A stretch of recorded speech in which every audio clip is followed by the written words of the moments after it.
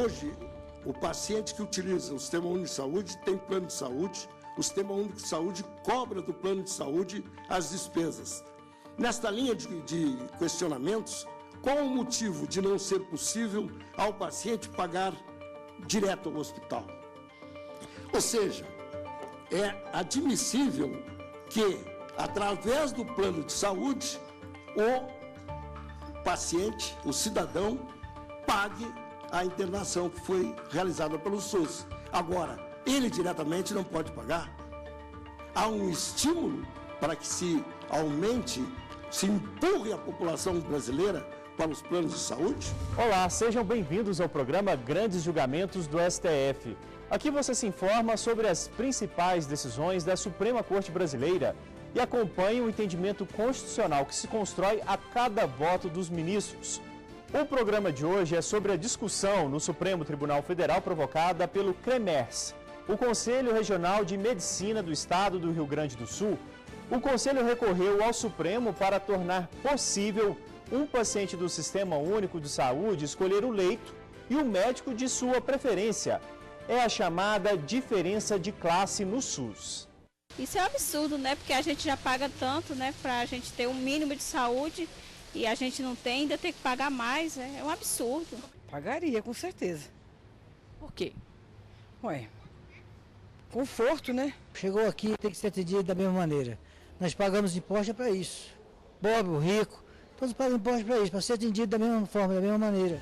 Gestor municipal do SUS na cidade gaúcha de Canelas, primeiro CREMERS, ajuizou a ação civil pública contra a prefeitura. Por meio de ação, o conselho defendia o poder de escolha do paciente em relação a acomodações superiores e ao médico de confiança, desde que pagasse pela diferença respectiva e o profissional da medicina recebesse sobre esse valor.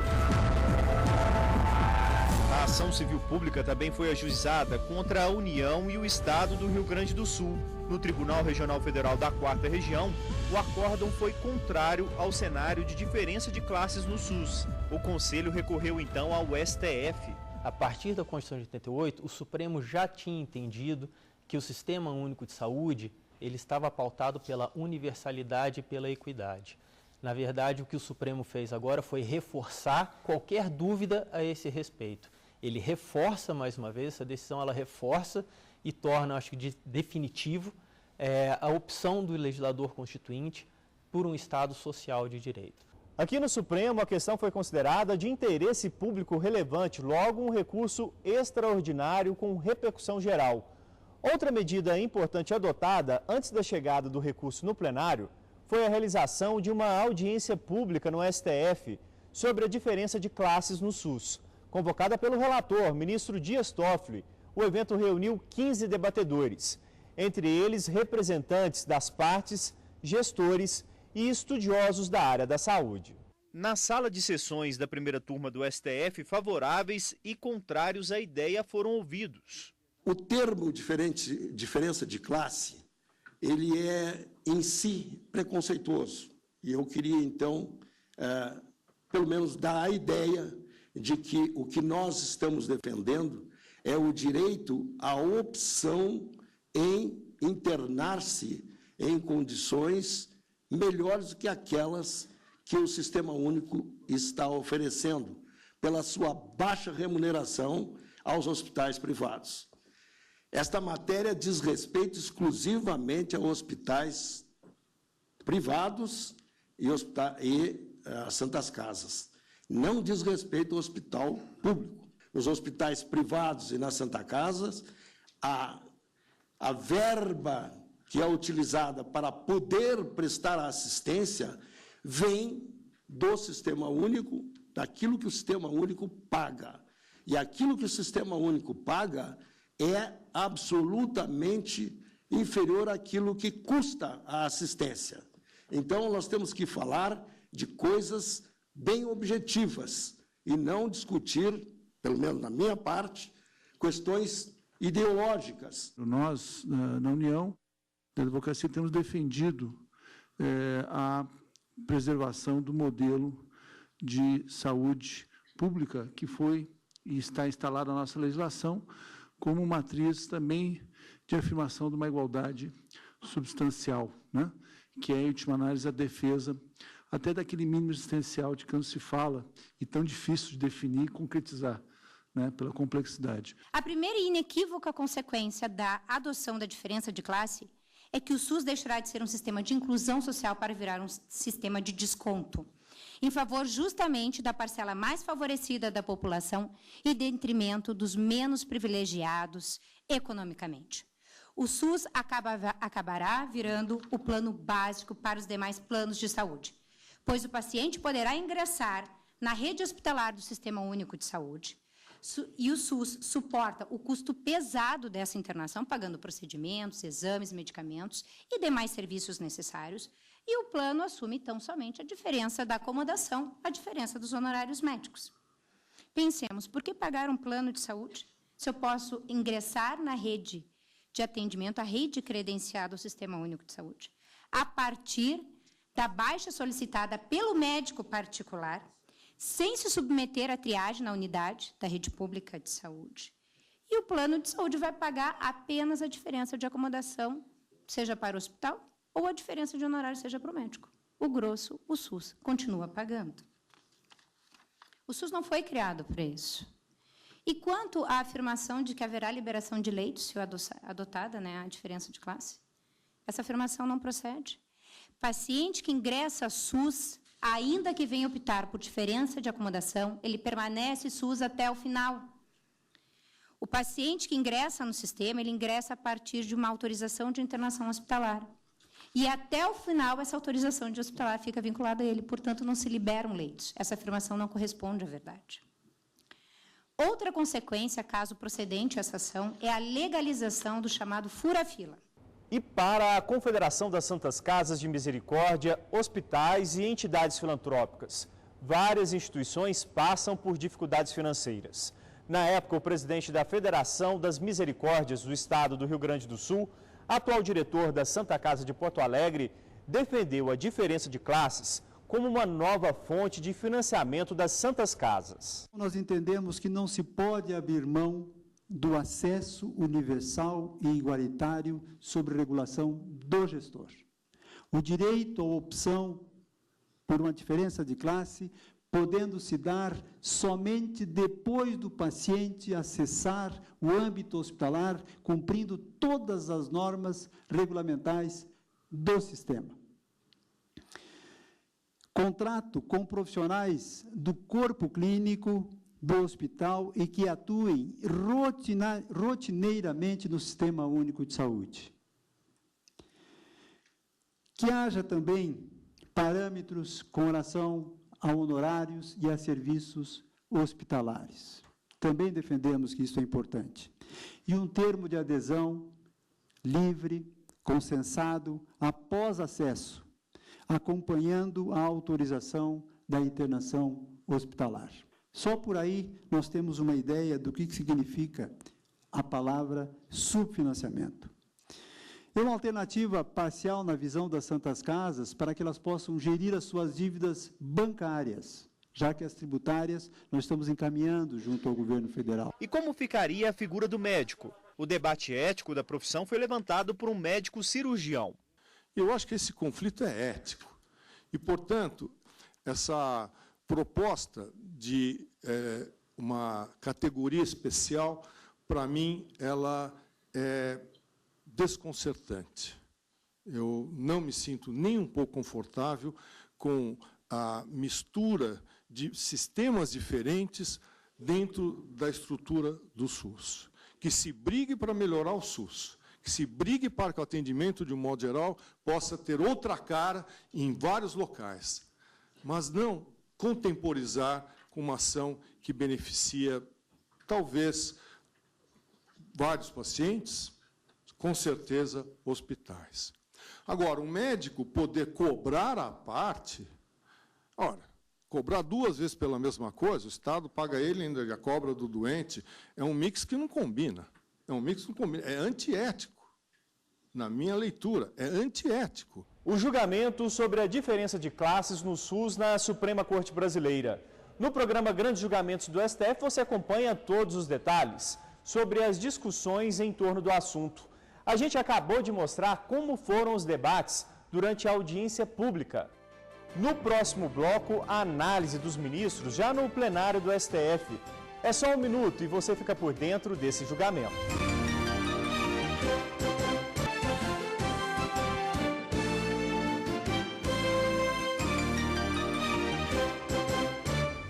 O recurso extraordinário 581.488 do Rio Grande do Sul foi julgado pelo Supremo Tribunal Federal no dia 2 de dezembro de 2015. A questão de interesse público relevante, ou seja, com repercussão geral reconhecida, era saber se a diferença de classes no SUS era constitucional ou não. O Conselho Regional de Medicina do Rio Grande do Sul apresenta o RE diante de acórdão que tem a seguinte ementa: administrativo, Sistema Único de Saúde, diferença de classe, acesso universal e igualitário. Possibilitar a opção pela diferença de classe, ainda que sem ônus para o Estado, é conferir tratamento especial diferenciado aos pacientes dentro de um sistema que prevê o acesso universal e igualitário da população carente às ações e serviços do Sistema Único de Saúde, conforme disposto no artigo 196 da Constituição Federal, fecho aspas. O recurso interposto alega ofensa ao 196 da Carta. No entender do recorrente, o acórdão proferido pela Corte do Estado do Rio Grande do Sul viola o artigo 196 na medida em que o direito à saúde, enquanto direito de todos e dever do Estado, não pode sofrer embaraço por parte de autoridade administrativa que resulte em redução de seu âmbito ou em dificuldade de seu acesso. Contrária à diferença de classes no SUS, a Procuradoria do Estado do Rio Grande do Sul apontou problemas práticos na ideia. O acesso às ações e serviços de saúde será universal e igualitário. Ainda que não haja ônus para o Estado, autorizar uma diferenciação de classes dentro do SUS é desconsiderar completamente o comando que estipulou esse acesso universal e igualitário. O que o paciente possui é o direito de receber do Estado a assistência, nas mesmas condições que os outros pacientes também atendidos pelo SUS. Se, porventura, alguém atendido pelo SUS quer pagar por uma acomodação melhor, deve então procurar iniciativa privada, procurar um hospital particular e ser atendido pelo seu médico particular. Permitir que se criem classes dentro do atendimento público vai levar certamente à subversão do sistema. O caso aqui seria de flagrante quebra da isonomia, tratando desigualmente pessoas que estão na mesmíssima situação. Essa criação de classes acarretaria basicamente duas consequências.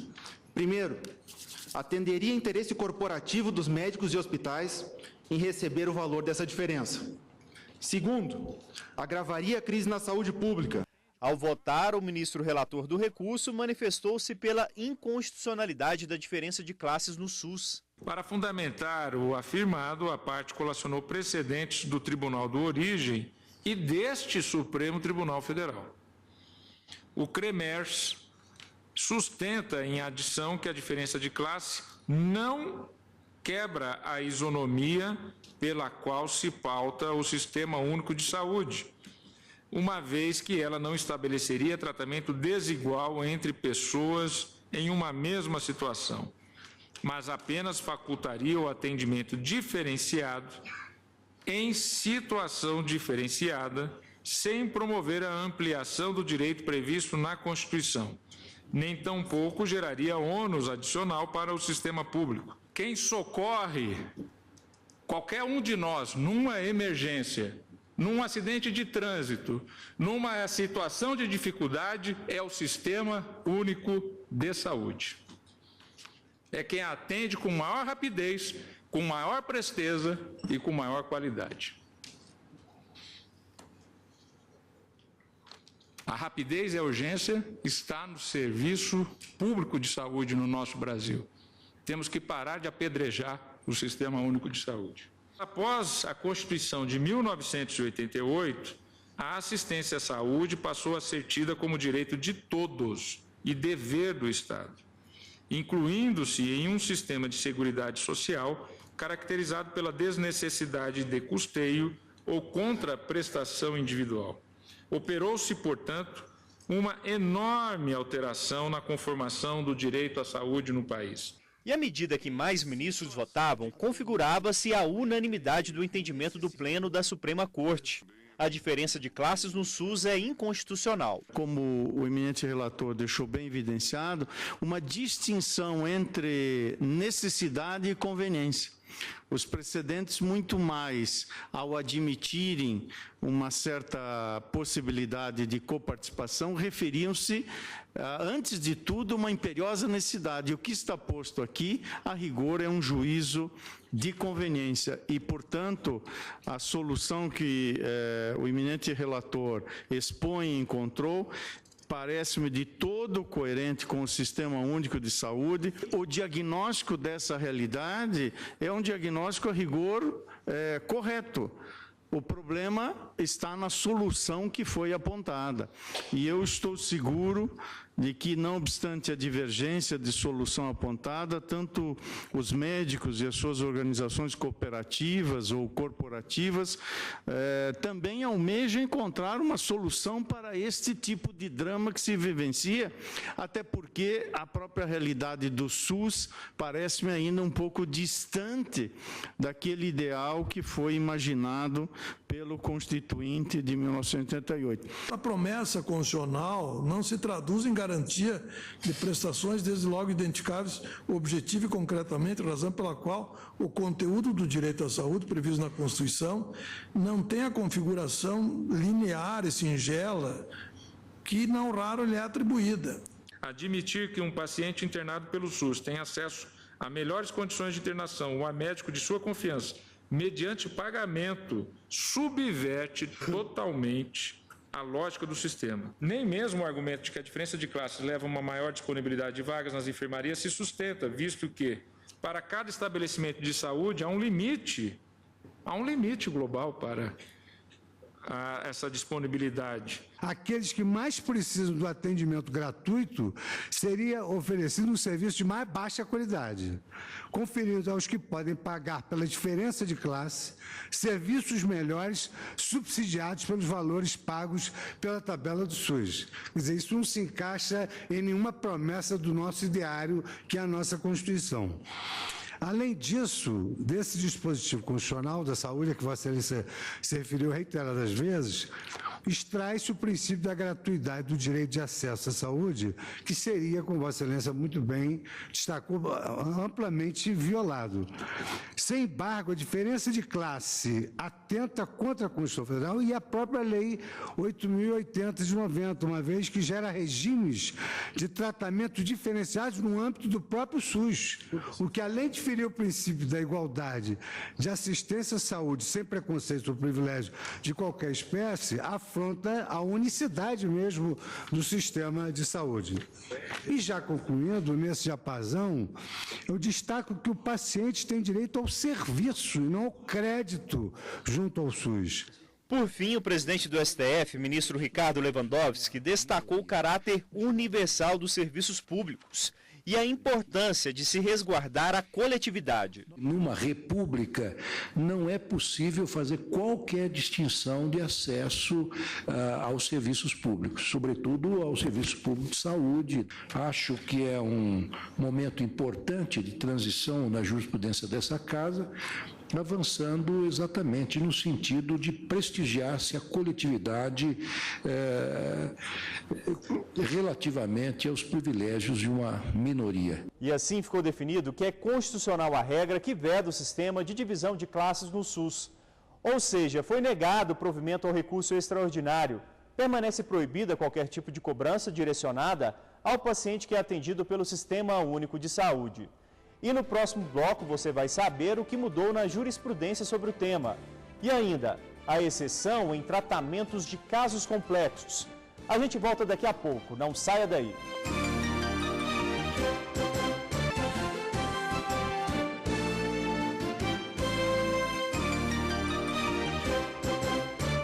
O julgamento que declarou a inconstitucionalidade da diferença de classes no SUS é o destaque dessa edição do programa Grandes Julgamentos do STF.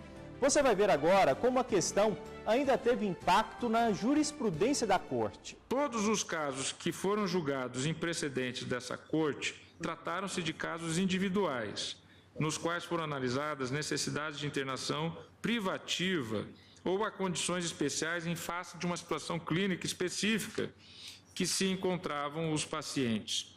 Além do mais, grande parte destes casos precedentes se deram na fase de implementação do SUS, logo após a Constituição Federal de 88. A hipótese aqui trazida é de toda diferente, uma vez que o objetivo é a liberação do sistema de atendimento com diferença de classe, não apenas em ocasiões pontuais e singulares, mas de uma maneira ampla e restrita. Não bastasse isso, observe que nos julgamentos invocados estava-se a lidar com casos de pessoas que, por motivos de saúde, demandavam internamento em condições diferenciadas, ao passo que, nestes autos, o único condicionante seria o próprio desejo do paciente. Por fim, saliento que as decisões elencadas foram todas elas exaradas no bojo de ações singulares, enquanto este recurso extraordinário trata-se de ação civil pública. O que o Supremo está dizendo é que você não pode customizar um serviço público. Eu acho que essa decisão, a importância, uma das grandes novidades dessa decisão, acho que ela transcende o direito à saúde, simplesmente. Ela deve ser aplicada a todo e qualquer serviço público. O Supremo está dizendo não se admite customização de serviço público. O serviço público que está sendo oferecido à população deve ser oferecido da mesma forma para todos. Então, você não pode, de acordo com a sua capacidade econômica, resolver customizar o serviço a seu bel prazer. E como a RE 581.488 tem repercussão geral, a decisão vale para todos os processos semelhantes em outras instâncias judiciais que aguardavam a conclusão do julgamento no STF. Quando o relator ele fala das diretrizes que estão sendo estabelecidas e reforça essa ideia de que o serviço é para todos e de forma igualitária, ele está dizendo basicamente que você não admite, não tolera que o Estado, dentro daquele sistema de serviço que está sendo prestado, que você tenha diferenciações. Ele reforça o direito à igualdade, que está lá no artigo 5º, de uma forma específica aos direitos de saúde, mas ao mesmo tempo, como eu falei, ele transcende simplesmente o direito à saúde. Todos os desdobramentos dos serviços públicos prestados pelo Estado, eles devem ser prestados de uma forma integral e igualitária. Você não pode admitir que dentro de um indivíduo, um cidadão inserido num sistema, que ele possa ter um tratamento diferente de outro, em razão de questões econômicas ou o que seja. Você tem situações específicas que vão demandar tratamentos específicos, sem dúvida nenhuma. Mas se você tem pessoas equiparáveis dentro de um sistema, você não pode tolerar de forma alguma que você faça distinções. Que todo mundo é igual, né? Não existe ninguém melhor que ninguém. Todo mundo é ser humano. O nome já não fala? Público? Atendimento por igual, né?